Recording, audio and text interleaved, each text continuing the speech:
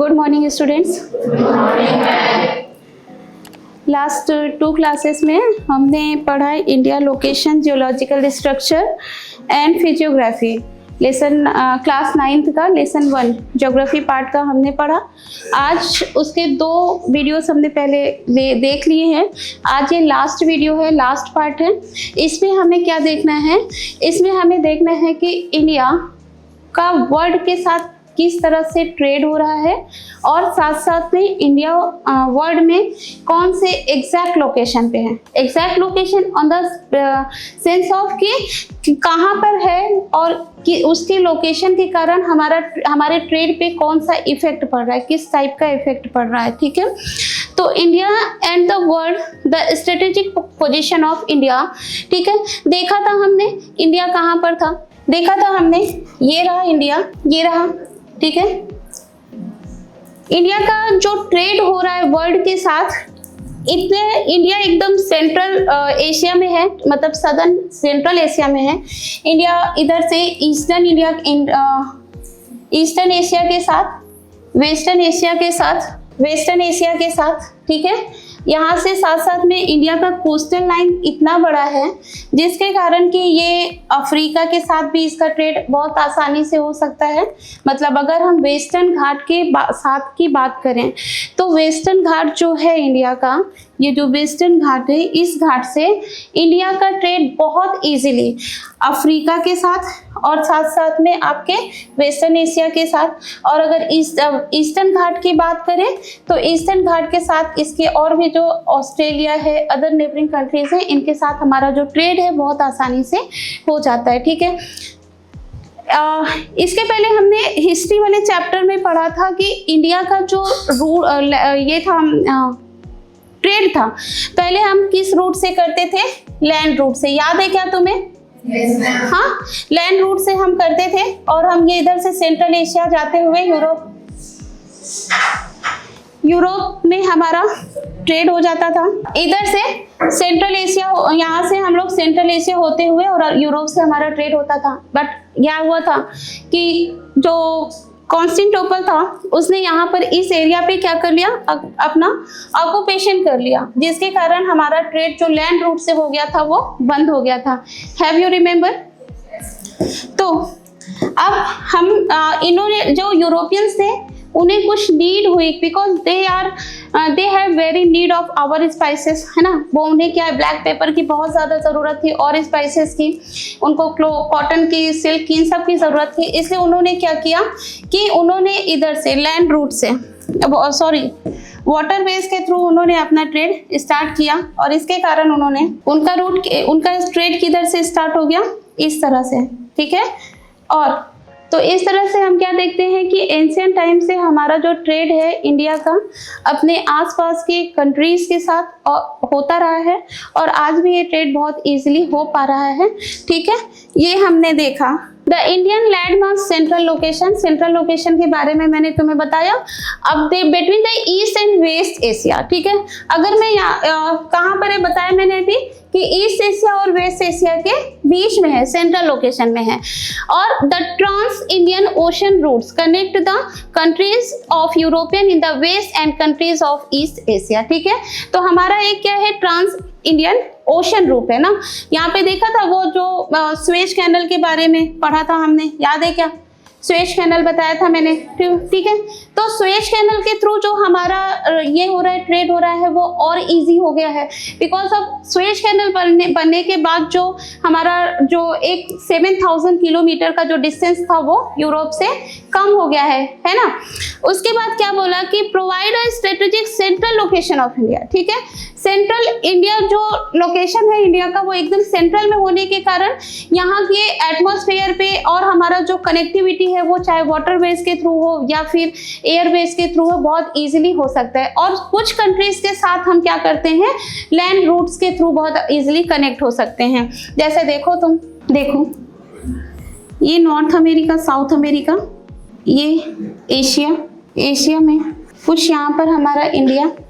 ठीक, और क्या हो रहा है कि यहाँ पर ये अफ्रीका, ऑस्ट्रेलिया और अभी ये इसके सेंट्रल एग्जैक्ट लोकेशन के कारण हमारा ट्रेड हर तरफ से, कुछ कंट्रीज के साथ यहाँ पर हमारा मतलब वाटर के थ्रू, वाटर बेस से हो रहा है, और कुछ कंट्रीज के साथ हम क्या कर रहे हैं, लैंड रूट से भी अपना ट्रेड कर पा रहे हैं। ठीक है, ये सारी कुछ कंट्रीज हैं जिनके साथ हमारा लैंड रूट के थ्रू हो पा रहा है ट्रेड।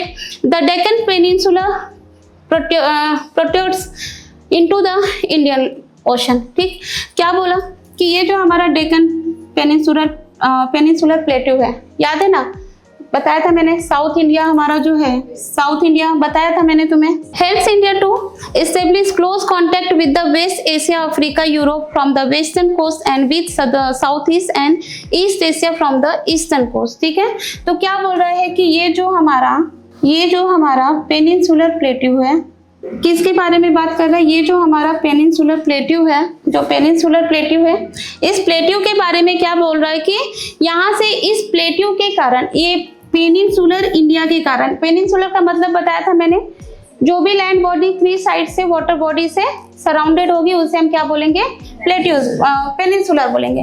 तो इसे साउथ इंडिया को हम एक नाम और भी देते हैं, क्या, पेनिनसुलर इंडिया। तो इसके कारण क्या है कि हमारा जो ट्रेड हो रहा है वो वाटर वेज के थ्रू बहुत इजीली कहाँ से, एशिया से, देखो वेस्ट एशिया से, अफ्रीका से, यूरोप से, वेस्टर्न कोस्ट से और साउथ ईस्ट और ईस्ट एशिया, इन सभी जगहों से बहुत इजीली हमारा जो ट्रेड वो हो रहा है। Longest coastal line on the Indian ocean. ठीक, ये जो देखो हमारा जो ये कोस्टल लाइन है, ये क्या है, सब बहुत ज्यादा लंबी है। ठीक है, सबसे ज्यादा, इसलिए इंडियन ओशन का नाम क्या रखा गया, क्योंकि इंडिया अपना कोस्टल लाइन बहुत ज्यादा इंडियन ओशन से शेयर करती है, इसलिए इस ओशन का नाम ही क्या हो गया, Indian ocean. Justifies the naming of in ocean after it. ठीक, तो क्या बोला कि ये जो साउथ इंडिया के यहाँ पर जो भी ओशन है, इसका नाम इंडियन ओशन ही हो गया, बिकॉज इंडिया जो क्या करती है, अपनी कोस्ट लाइन ना बहुत ज्यादा इससे क्या कर रही है, शेयर कर रही है। ठीक है, हर इंडिया एंड द वर्ल्ड। ठीक, तो ये इन सभी चीजों के बाद भी इंडिया का किस तरह से पूरे वर्ल्ड के साथ रिलेशन रहा है, हर relationship through the land routes are much older than the maritime contact. ठीक है, क्या बोल रहा है, लैंड रूट से हमारा जो ये था, ट्रेड था, या फिर जो भी हमारा रिलेशन रहा ना, वो बहुत ज्यादा पुराना है, एंशिएंट टाइम से, है ना। हमने पढ़ा था ग्रैंड ट्रंक रोड के बारे में, या फिर हमने पढ़ा था सिल्क रूट के बारे में, वो सब कैसे पॉसिबल था, इसी लैंड रूट से। ठीक है, देखो यहाँ पर हमारा इंडिया, ठीक, और ये यूरोप, रशिया, ये पूरा एशिया, लैंड रूट से हमारा बहुत सारा ट्रेड हो रहा था हम, लेकिन क्या हुआ, तो क्या बोल रहे हैं कि ये कैसा है, बहुत ज्यादा पुराना है। ठीक है, मच ओल्डर, कैसा है, हमारा लैंड रूट से जो ट्रेड हो रहा था या जो आना जाना दूसरी कंट्रीज के साथ था, वो बहुत ज्यादा पुराना है, रेदर देन कैसा, मैरीटाइम। मैरीटाइम का मतलब कि कोस्टल है, ये वाटर बेस से हमारा जो रिलेशन बना या जो हमारा ट्रेड स्टार्ट हुआ, that was begin from 16 AD, जब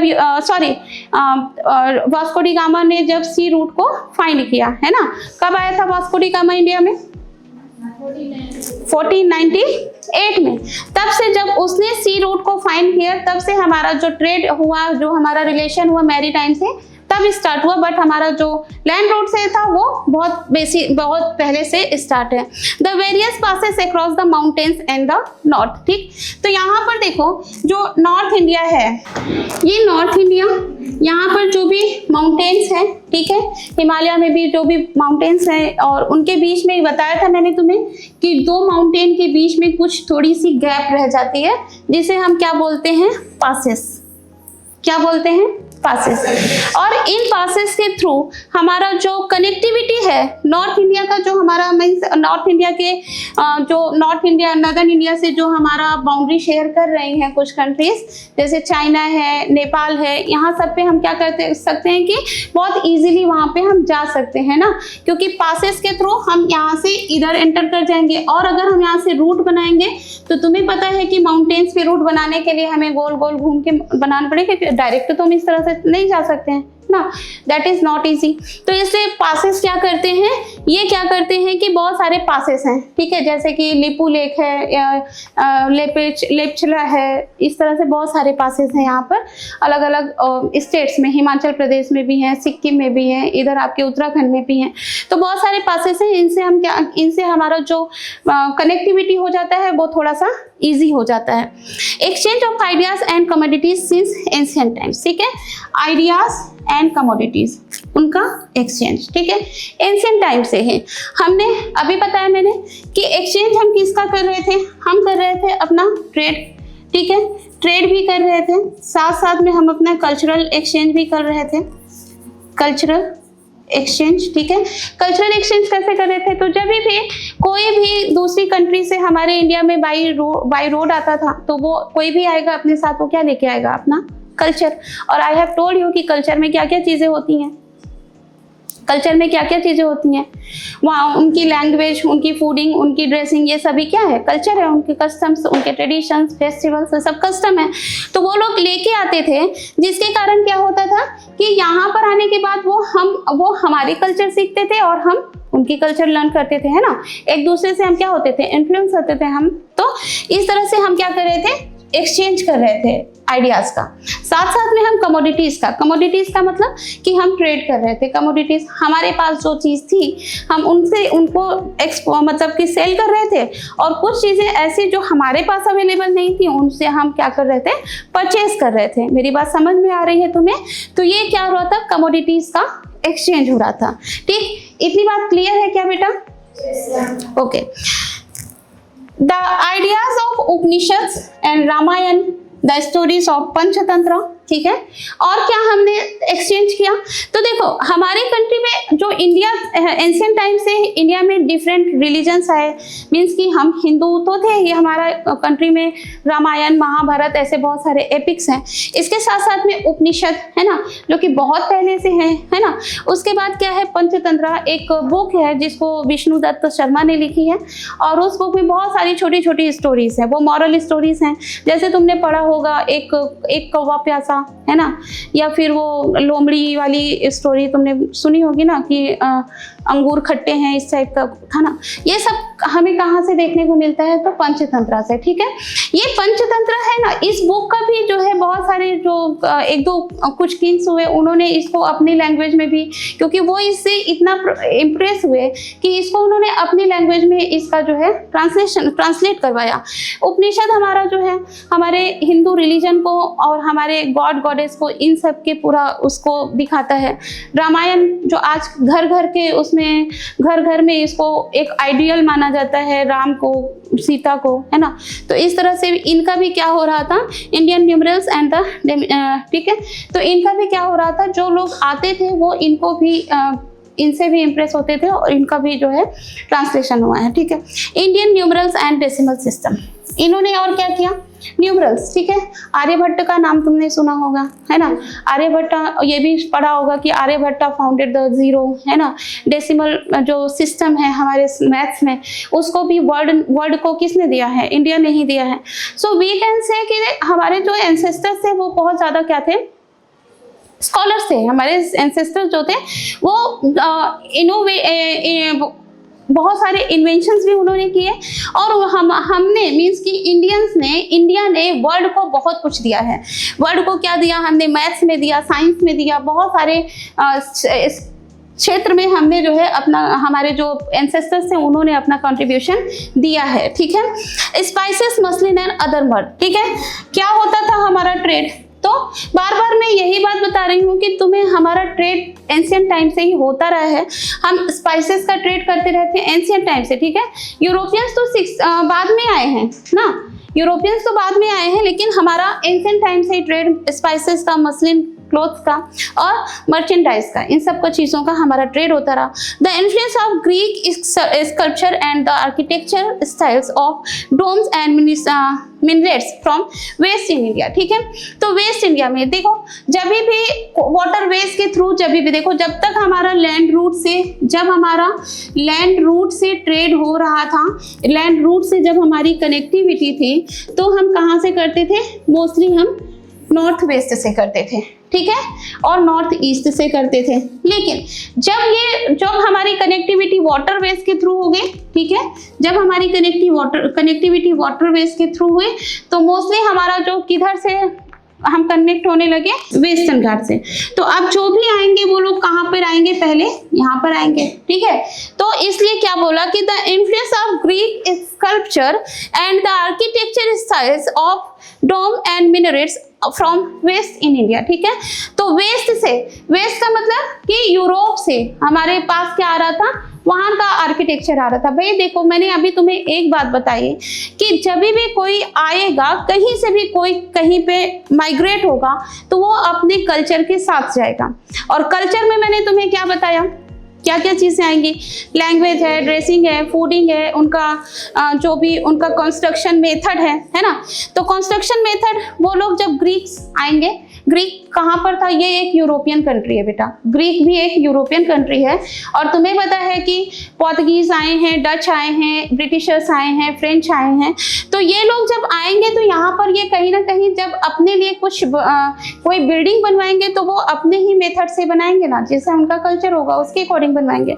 तो इट मीन्स कि इन सब चीज़ों पे भी मिनरेट, डोम्स है ना, डोम्स पता है ना क्या होता है, कोई भी बिल्डिंग जब बनती है उसके ऊपर जो इस तरह का कुछ बना होता है इसे हम क्या बोलते हैं, डोम्स बोलते हैं, है ना। तो ये सब चीज़ें जब हमारा उस टाइम का जब ये कंस्ट्रक्शन जो हो रहे थे तो वहाँ पर हमें जो मेनली जो मुगल्स का जो भी मुगल्स के टाइम में, मुगल एम्पायर के में जो भी कंस्ट्रक्शन हुआ है उनमें हम डोम्स को देखते हैं, ठीक है। तो ये सारी हमारी क्या थी कि, और मिनरेट्स भी मैक्सिमम हम कब देखते हैं, मिनरेट्स इस तरह की कुछ लंबी लंबी क्या होती थी, बिल्डिंग्स होती थी और ये बहुत लंबी होती जाती थी, ठीक है। तो इन्हें हम क्या बोलते थे, मिनरेट्स बोलते थे। और ये क्या थे, डोम्स थे। मैक्सिमम हम इनको कहाँ पर देखते हैं, मुगल एम्पायर में, मुगल एम्पायर में इस टाइप के हमें कंस्ट्रक्शन देखने को मिलते हैं, ठीक है। यहाँ तक भी बेटा किसी को कोई प्रॉब्लम है क्या? अब एक मैप के थ्रू देखो कि हमारा इंडिया किस तरह से ट्रेड हो रहा था हमारे इंडिया में, और हमारे इंडिया की कौन कौन सी नेबरिंग कंट्रीज हैं। तो देखो ये रहा चाइना, ठीक है। उसके बाद देखो, बताओ मुझे क्या क्या है और कहाँ है, चाइना है और क्या है, ये रहा नेपाल और भूटान और बांग्लादेश और पाकिस्तान, अफगानिस्तान और तिब्बत और ठीक है। उसके बाद ठीक है, तो उसके बाद ये हमारे मैरीटाइम से ये एक हमारा ये कंट्री है श्रीलंका, और यहाँ पर एक कंट्री और है, यहाँ पर एक कंट्री और है, उसका क्या नाम है,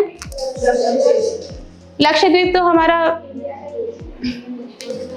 क्या है, मालदीव। गुड, क्या है, मालदीव, ठीक है। तो ये हमारी कुछ नेबरिंग कंट्रीज हैं। और देखो ये जो डॉटेड लाइन दिखा रहा है ये हमारे वाटरवेज के थ्रू जो भी हमारा ट्रेड हो रहा है इसके थ्रू दिखा रहा है। तो आज ये चैप्टर हमारा फिनिश हुआ, और I think you have understand all the concept which I have told you. Thank you.